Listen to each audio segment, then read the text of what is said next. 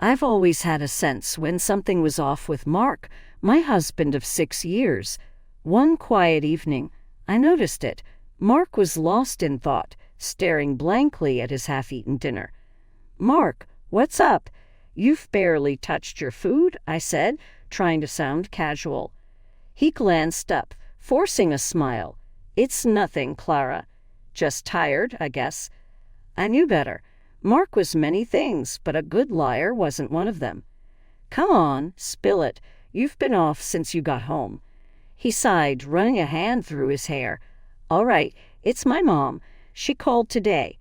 My heart sank a little. Linda, my mother-in-law, was a character. She lived life on her own terms, often at odds with the rest of us. "What did she say?" I asked, bracing myself. "She wants to see Jake," he said, referring to our 4-year-old son. I was taken aback. It had been years since Linda had shown any interest in us, especially after our falling out. I couldn't help but remember the last time we were all together. She had a comment about everything, from how I dressed to how I should raise Jake. I tried to keep my tone light. "Wow, that's unexpected. What did you tell her?" Mark shrugged. "I said I'd talk to you about it." There was an uncomfortable silence. I knew what he was asking. Despite everything, he wanted his mother to be a part of our son's life, but the memories of her past intrusions and unasked for advice were too fresh in my mind. "Okay," I finally said. "She can see him, but I have conditions."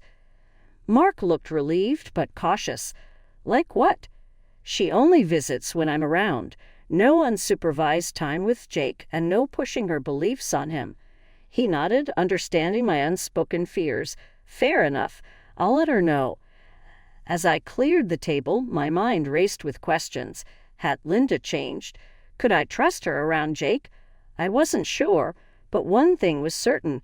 I'd do anything to protect my son. If that meant facing Linda head-on, so be it. That night, as I tucked, "Congratulations, my dears. This is a sacred time. You must be very careful about the energies around you, especially during pregnancy," she said, her eyes gleaming with excitement and seriousness. I smiled politely, not really sure how to respond. "Thanks, Linda. We're really excited." As my pregnancy progressed, Linda started showing up more often, unannounced, with all sorts of herbs and books on ancient pregnancy practices. One evening, she came over with a big basket filled with who knows what. "Clara, darling, I've brought you some natural remedies and superfoods. These will ensure a healthy and spiritually aligned pregnancy," she announced, laying out her collection on our kitchen table. I glanced at Mark, who seemed as perplexed as I was. "Oh, thanks, Linda, but my doctor has already given me a diet plan to follow." Linda waved her hand dismissively. "Doctors don't know everything. Trust me, these are age-old practices. They've helped women for centuries." Feeling a bit cornered, I decided to let her have her way, thinking it couldn't hurt to try some of her superfoods. That was my first mistake. Days turned into weeks, and Linda's influence over my diet and lifestyle grew. She convinced me to switch to a strict vegetarian diet, cutting out all meat and dairy. I started feeling tired all the time, but Linda assured me it was just my body detoxing. "Your body is cleansing itself, Clara. It's all part of the process," she'd say every time I brought up my fatigue. One day, I was at the grocery store picking up some vegetables as per Linda's pregnancy diet when everything went black. The next thing I knew, I was lying on the floor with a crowd of people around me. I woke up in the hospital with Mark by my side, looking worried. The doctor came in with a stern look on his face. "Mrs. Johnson, you fainted because of severe nutritional deficiencies. This diet you've been on is dangerously low in protein and other essential nutrients. It could have harmed your baby." I was in shock. All this time, I thought I was doing what was best for my baby, but instead, I was putting both of us at risk. Mark was furious. "I can't believe this. Mom has gone too far this time." I nodded, feeling a mix of anger and guilt. I never should have listened to her. I'm sorry, Mark. We'll fix this, Clara. No more of Mom's advice. From now on, we stick to what the doctor says, he said, squeezing my hand. That incident was the turning point. I realized that Linda's intentions, however well-meaning, were not always right. It was a hard lesson learned, but one that I needed to protect my family. After the hospital incident, things changed between Linda and us. Mark and I decided it was best to limit her influence, especially regarding my health and our baby. But Linda, being who she was, didn't take this lightly. A few days after I was discharged from the hospital, Linda called. I braced myself as I answered the phone. "Clara, dear, how are you feeling?" Linda's voice was laced with concern, but I could sense the underlying tension. "I'm better, thanks. The doctor has me on a new diet plan now," I replied cautiously. There was a pause on the other end. "I heard about what happened. I'm just so worried about you and the baby. You know, conventional medicine doesn't always know best." I took a deep breath, trying to keep my voice steady. "Linda, I appreciate your concern, but the doctor was very clear. The diet you suggested wasn't right for me. It put the baby at risk." Linda's tone shifted, becoming more defensive. "I've been studying these practices for years, Clara. I know what I'm talking about. You can't just dismiss ancient wisdom because of one doctor's opinion."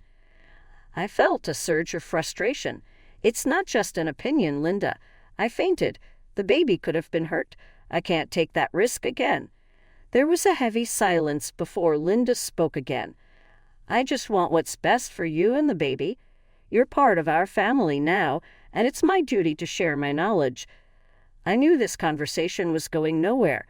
"Linda, I need to do what's best for my health and the baby's. That means following the doctor's advice." I could almost hear her shaking her head in disbelief. "You're making a mistake, Clara, but it's your choice. I just hope you realize that before it's too late." The call ended shortly after, leaving me feeling drained and uneasy. I knew Linda meant well in her own way, but her refusal to acknowledge the danger she had put us in was alarming. I looked over at Mark, who had been quietly listening. "We're doing the right thing, right?" I asked, needing his reassurance. He came over and hugged me. "Absolutely. We have to put you and the baby first. Mom will just have to understand." The tension with Linda came to a head a few weeks later. She had been calling, leaving messages about various natural remedies and practices she thought we should consider for the baby. Mark and I had agreed to stand our ground, but facing Linda was easier said than done. One afternoon, Linda showed up unannounced with a bundle of herbs in her hand and a determined look in her eyes. I opened the door, my heart sinking. "Clara, I've brought some herbal supplements for you. They're vital for the baby's development," she said, pushing past me into the house. I closed the door, taking a deep breath. "Linda, we've talked about this. I'm following the doctor's advice now. I can't use those." Linda set the herbs on the table, her expression hardening. "Clara, you're being closed-minded. These are ancient remedies proven to work for centuries." I could feel my frustration mounting. "Linda, I appreciate your help, but what you suggested before was dangerous. I can't risk my baby's health." She turned to face me, her eyes narrowing. "I'm only trying to help. You're rejecting valuable knowledge. Do you think you know better than generations of wisdom?" Mark walked into the room, sensing the rising tension. "Mom, enough. We've made our decision. Clara's health and the baby's safety are our priority." Linda's gaze shifted between us, a mix of anger and disbelief on her face. "I can't believe you're choosing to ignore my advice. I'm your mother, Mark, and you, Clara, are carrying my grandchild." I tried to keep my voice calm. "Linda, it's not about ignoring you. It's about doing what's medically best for the baby." Linda shook her head, her voice rising. "You're both making a huge mistake. When something goes wrong, don't come running to me with that." She stormed out, leaving the herbs on the table. Mark and I exchanged a look, both of us drained. "That could have gone better," he said, a sad note in his voice. "Yeah, but we had to stand our ground," I replied, feeling a mix of guilt and relief. After that day, Linda stopped calling and visiting. It was a painful estrangement, but Mark and I knew we had made the right choice for our family's well-being. Now she has reappeared in our lives after several years of absence. What will happen next? I didn't know. The day Linda came to visit, I felt a mix of apprehension and hope. After Mark relayed her request to see Jake, our 4-year-old, I had agreed, setting my own terms. She could visit, but only in my presence. As she stepped into our home, I braced myself for what was to come. "Hi, Linda." I greeted her cautiously, watching as her eyes instantly found Jake, who was playing on the living room rug. Linda smiled, a genuine warmth in her eyes I hadn't seen before. "Hello, Clara. And is this the young man I've heard so much about?" Jake looked up, curious but shy. "Hi," he mumbled, clutching his toy car. The visit started smoothly, with Linda making small talk and playing with Jake. She seemed different, more considerate, and less imposing than before. It was a relief, yet I couldn't completely shake off my guard. As we sat down for tea while Jake played nearby, Linda's conversation took a familiar turn, but with a new twist. "I've been exploring more into alternative medicine, Clara. It's fascinating how much we can heal naturally without any pills or chemicals." I tensed, memories of her past advice flooding back. "That's interesting, Linda, but I believe in a balance between natural remedies and conventional medicine." Linda nodded, but there was a hint of her old stubbornness in her voice. "I understand, but I've moved past conventional medicine entirely now. I've never felt better." I chose my words carefully. "It's great that it works for you, Linda, but for Jake, I prefer to stick to the advice of his pediatrician, especially when it comes to medications." Linda paused, her expression thoughtful but not argumentative. "I respect your decision, Clara. I just want what's best for Jake in my own way." The visit ended on a positive note, with Linda promising to return soon. After she left, I sat down, trying to process everything. It was a step forward, but Linda's complete turn away from conventional medicine worried me. Could I really trust her to respect our choices for Jake's well-being? I shared my concerns with Mark that night. "She's trying, I can see that, but her views on medicine worry me." Mark nodded, understanding. "We'll just have to be vigilant, Clara. We can't let our guard down." As I went to check on Jake, sleeping soundly in his bed, I knew this was just the beginning. Rebuilding trust with Linda would be a delicate balance, one we'd have to navigate with both our hearts and minds open. A few weeks passed, and things were going surprisingly well. Linda had been respecting our boundaries, and her visits had become a regular part of our weekends. That's why I didn't worry too much when I had to run some errands one Saturday, leaving Jake with Mark. I was browsing through the aisles of the grocery store when my phone rang. Seeing Mark's name flash on the screen, I answered cheerfully. "Hey, everything okay at home?" "Clara, I had to rush to work for an emergency. I left Jake with Mom. She insisted it was fine." Mark's voice was hurried, intense. My heart skipped a beat. "You left him with Linda alone?" I asked, trying to keep the panic out of my voice. I know, but I didn't have a choice. It was really urgent," he replied. I cut the call short, my mind racing. I abandoned my shopping cart and rushed to Linda's house. As I pulled into her driveway, unease settled in my stomach. I knocked on the door, and Linda opened it, a forced smile on her face. "Hello, Clara. Jake's here. We've been having a lovely time." "Where is he, Linda?" I asked, stepping inside. "In the living room," she said, leading the way. I found Jake on the couch, his face red from crying, a makeshift bandage wrapped around his arm. My heart dropped. "Jake, sweetie, what happened?" I rushed to his side. He winced as I touched his arm. I fell down. Mommy, it hurts. I turned to Linda, my voice shaking. What did you do to him? Linda's expression was one of nonchalance. Oh, he just had a little fall. I put some fern and a bandage on it. It's a natural remedy.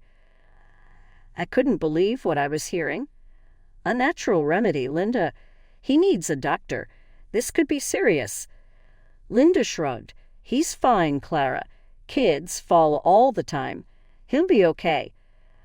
I didn't wait another second. Scooping Jake up in my arms, I headed straight to the car, Linda's protests fading behind me. At the hospital, the doctors confirmed my worst fear. Jake had a fractured arm. I sat there, holding his hand while they put a proper cast on, fighting back tears of anger and guilt. Mark arrived soon after, his face a mask of worry and regret. I'm so sorry, Clara. I should have never left him with her. We both knew that trust had been broken. Linda's refusal to see the seriousness of the situation was the last straw. As much as it pained us, we knew we had to keep her away from Jake for his safety. That night, as I tucked Jake into bed, his small face illuminated by the nightlight, I promised myself that I would always protect him, no matter what. The lesson was clear. Sometimes love means having to make hard decisions for the greater good. The confrontation with Linda was inevitable. After the incident with Jake, Mark and I were united in our resolve. We needed to make Linda understand the gravity of her actions. When Linda arrived at our home, there was palpable tension in the air. She seemed unaware of the seriousness of the situation, her demeanor casual as she greeted us. Clara, Mark, how's Jake doing? Linda asked as if nothing significant had happened.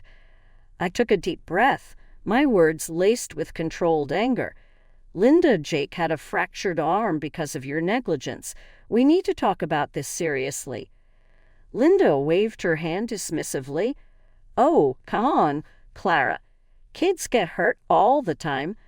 I did what I thought was best. Mark's face reddened with anger. What you thought was best.